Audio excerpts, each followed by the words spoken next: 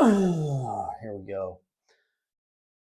If you're going through withdrawals and alcohol toxicity, this might help you. All right. This is the second time I've recorded this because I forgot the mic up. All right. So I have been through alcohol toxicity, withdrawals. I'll define that in a second. About 10 times. To me, that is a week of suffering through sobriety after a long bender. That bender is usually culminating with a fifth of vodka a day and a few beers or a six-pack along with it. If I were to, and that I would gradually ramp up my drinking, and that's where it would wind up. And then after about 5 to 7 days of drinking that much every single day, I would wake up the sixth day basically in hell, and drinking more would not help me escape it. It's like my body was so toxic that it wasn't just withdrawals. It wasn't something that more alcohol could cure and solve for me. So I basically was stuck in hell, suffering through my body getting back to normal. And that takes a long fucking time. Well, it seems like a long time when you're going through it. Long time meaning it takes about 6 weeks, really, to me. There are periods of a significant normalcy that you regain. But the first one would be about after 5 days of suffering through it, you might be able to sleep a few hours at a time, 4 to 5 or something like that. Prior to that, I'm not sleeping at all for night after night after night. And going through this so many times, I came up with a list of things that helped me. So let's run through it. Try and sleep sitting up.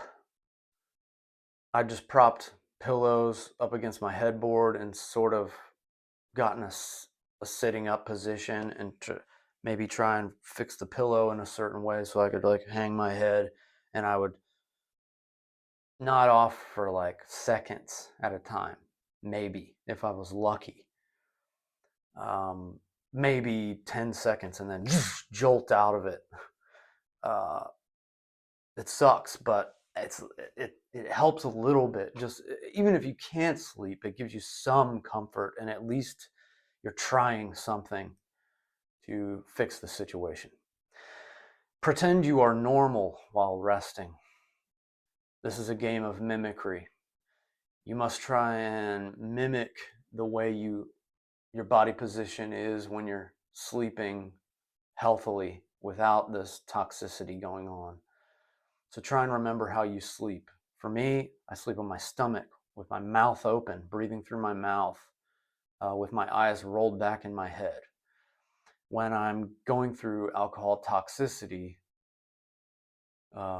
then it doesn't feel, I have to like shut my mouth and breathe through my nose, and I'm basically just staring at the back of my eyelids. And it's not natural to open and breathe through my mouth. It's not natural to lay on my stomach. Usually I'd wind up in some kind of side position that didn't feel totally comfortable. And my eyes wouldn't naturally roll back in my head. I'd just be staring at the back of my eyelids. I already said that? Yes. So mimic the way you normally sleep, healthily. It's just, you have to force yourself to do it. So I'd force myself to lay on my stomach, force my mouth open and breathe through my mouth, and force my eyes back in my head and try and lay there. Of course, it wouldn't work. It wouldn't help me fall asleep, but sometimes I would maybe drift off for 30 seconds. It's better than nothing. If you can get your brain to shut down for even that much, you're doing good, because the more you can get that to happen, the more it's like your brain gets the message. It's like you're telling it, I need you to sleep. I need you to sleep. And it doesn't get that message unless it almost goes to sleep. And the more you do that, the better it gets.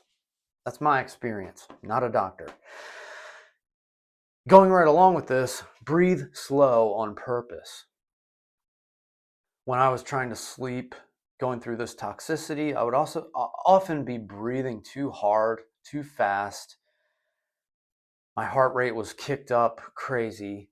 And so you can force your heart rate to slow down by breathing slower. Deep breath in, you can count it like 2 to 4 seconds in, hold it for a split second, control the outflow of that breath for 2 to 4 seconds, and just keep that going. The longer the better, more like the 4 second mark. If you slow your breathing and mimic that body position, sleep position, the chances are better that you'll actually fall asleep for a short amount of time. For me, talk videos, I put on YouTube, and listen to something that has a lot of talking or narration, something that you're not uh, um, something that you're not tempted to actually watch the screen to see what's going on. So for me, that would be like a true crime show, forensic files, FBI files. They have good narration telling you what's going on. And for some reason, that kind of bad news, uh, horrific story would put me at ease. Don't ask me why, it just did. If I couldn't handle the negativity of that kind of a thing, the true crime, you can find your own thing. This is just suggestions. I would, if that wasn't jiving, I would put on, I guess I'll shout him out. Shaun of Steel is the channel. This is just what I would watch. This is how I discovered his channel, and I use it to help me sleep now. This is a guy who was over 600 pounds, lost a bunch of weight, and now he narrates My 600-Pound Life, the show. And you don't need to watch the screen, but you can listen to the show and listen to him. He'll chime in like every minute or two and make a comment where it's appropriate. And he'll just kind of react and talk about the episode. And that, for some reason, I just found so relaxing.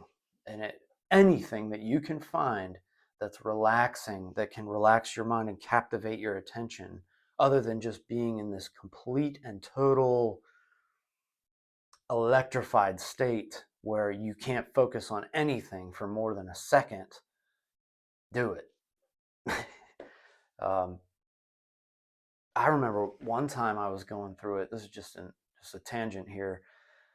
I remember waking up one time in this state, and my brain was just so overclocked and going nuts that I couldn't do anything but scroll through YouTube. I would just read the title of a video, next one, read it, next one, read it, next one, read it. No, and I would just keep scrolling through, going, nope, not that one, nope, not that one, nope, not. I did it for hours and hours. Just for some reason, the only thing my mind could do was cycle through and choose not to watch a video, and that sucked. After about maybe, I don't know, that went on for probably 12 hours. Sucks, man. If you're going through this, I feel for you. What you really should do is check in somewhere. You go to some kind of detox place. I never did that. I took the chance, and I don't know how close to death I was, or seizure that I was, but even if you're checked in somewhere, you can still try these methods. It's dangerous to, here's another tangent just real quick. It's dangerous to come off of alcohol cold turkey, because you can have a seizure and die. If you didn't know that, it's definitely true. That's why people need to check in to some kind of medical clinic and be monitored. That said, my pride won out on those, because I was trying to keep it a secret that I had such a huge problem. So my pride won out, and I never actually went to the hospital or anything. The last time I went through this situation, toxic withdrawals, whatever you want to call it. If somebody knows what this is called, I don't like calling it withdrawals, but because wouldn't more alcohol help withdrawals? and this is more like you're so poisoned, there's no escape. Anyway, now I lost my train of thought, but oh yeah, I was saying the last time I went through this, I got a doctor to prescribe me anti-seizure medication. To at the very least, it put my mind at ease. I didn't have to go lay in a bed in a hospital somewhere. I could have. I probably should have. It's not my advice to avoid medical treatment. It is my advice to go to a detox center or whatever they're called. Go get monitored when you go through this cold turkey because you can die. All right, so my next tip is there's a supplement called Calm. It's calcium and magnesium. It's basically you're just putting back magnesium into your body because you're so stripped of all these minerals and electrolytes and vitamins. Alcohol just washes all that shit out. And if you're anything like me, you didn't drink enough water. I never drank water or anything other than alcohol and a chaser or beer when I was on a bender. I would eat a lot and eat a lot of trash food. That's another story, but you have to replenish these things, and you have to replenish your vitamins and minerals and electrolytes, and you can't just do it by taking a lot of them all at once. It takes time. Your body has to absorb a certain amount. It's slow to do it. Your digestive system is likely messed up from all the alcohol, so you just have to take normal doses, maybe one in the morning, one in the evening. But I would use Calm. It's this brand. I'm not sponsored by anything. I mean, it's just a calcium magnesium supplement. Your body needs it. Don't take too much. You'll shit your fucking brains out. That's what magnesium does if you overdo it on a powder that you ingest. Brings me to B vitamins. B vitamins. You need B vitamins, B complex and B1. You need all the vitamins to put them back in. Specifically, B1 is going to make your mind crazy if you're deficient. So, and B1 helps you sleep, and you're out of it if you're going through this.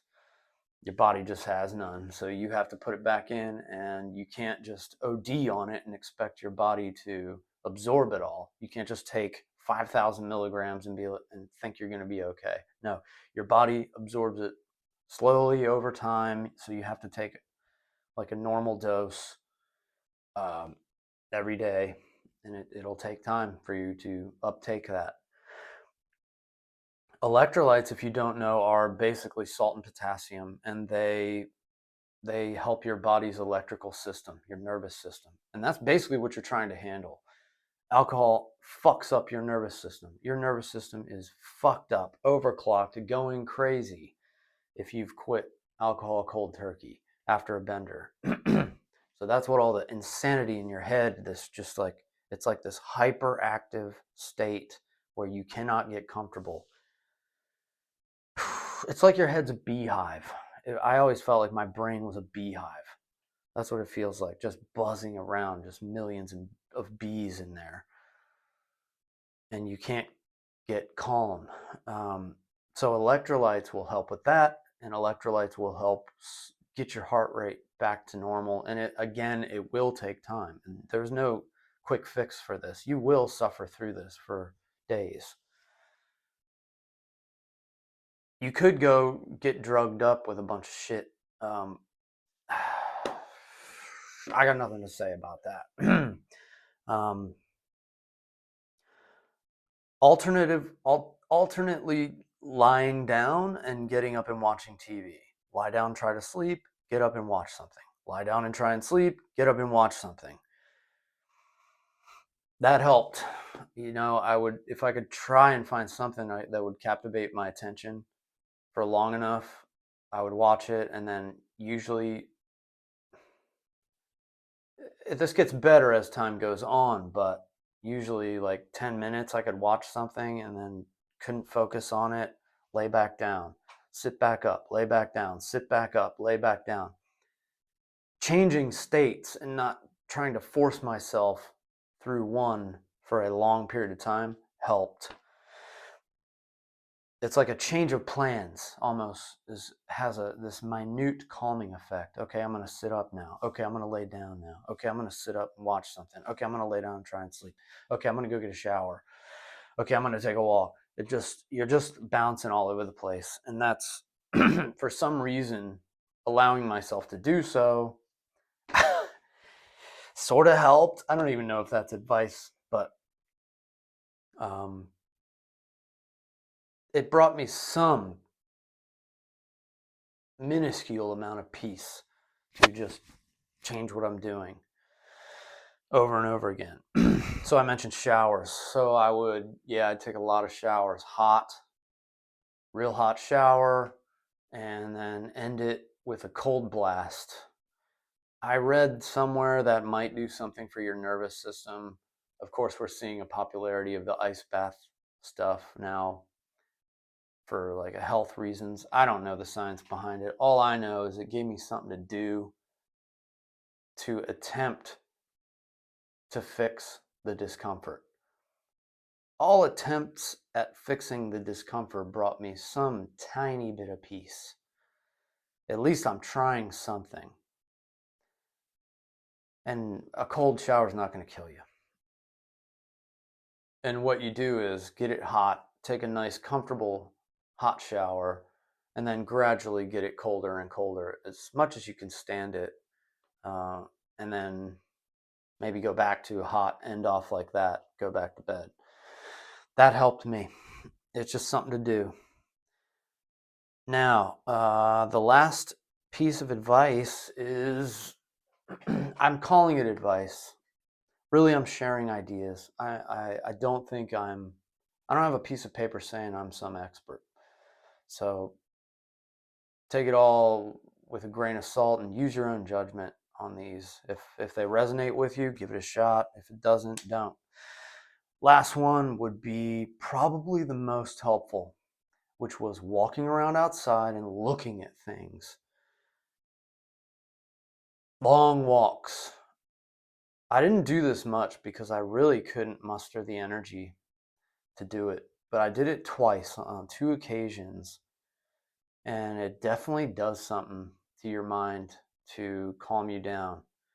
And the looking out at things is the key part. I didn't just walk around and think about how shitty I felt or all the embarrassing crap that I had been through on the past bender, or all the texts that I sent that I thought were funny that were actually bullshitty and insulting. I didn't try not to dwell on that when I'm walking. You need to walk outside for a long period of time, at least 30 minutes, I would say. Force yourself through a 30-minute walk, 15 minutes away from your house and 15 minutes back. Or like, I don't live in a area with sidewalks and stuff, so I just walked around my yard during the day. And one time I was in DC going through it, so I was able to walk with the lights of at night and just look at things. And I would force myself to look at something and go, oh, there's a tree, there's a bird, there's a bush, there's a road, there's my shoe, there's the sun, there's a bird, etc. On and on and on and on. It keeps you out of your head.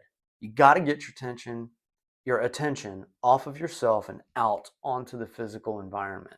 And doing that over and over and over again for that amount of time or longer, it does something to you. It just pulls your attention off of yourself, and for some reason that seems to have a calming effect, and it can help you get to sleep. Basically, this whole list is how to get to sleep or try to get to sleep, or how to cope with the immense discomfort, mental and physical, that you're likely going through.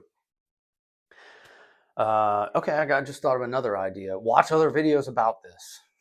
Watch a lot. Learn a lot.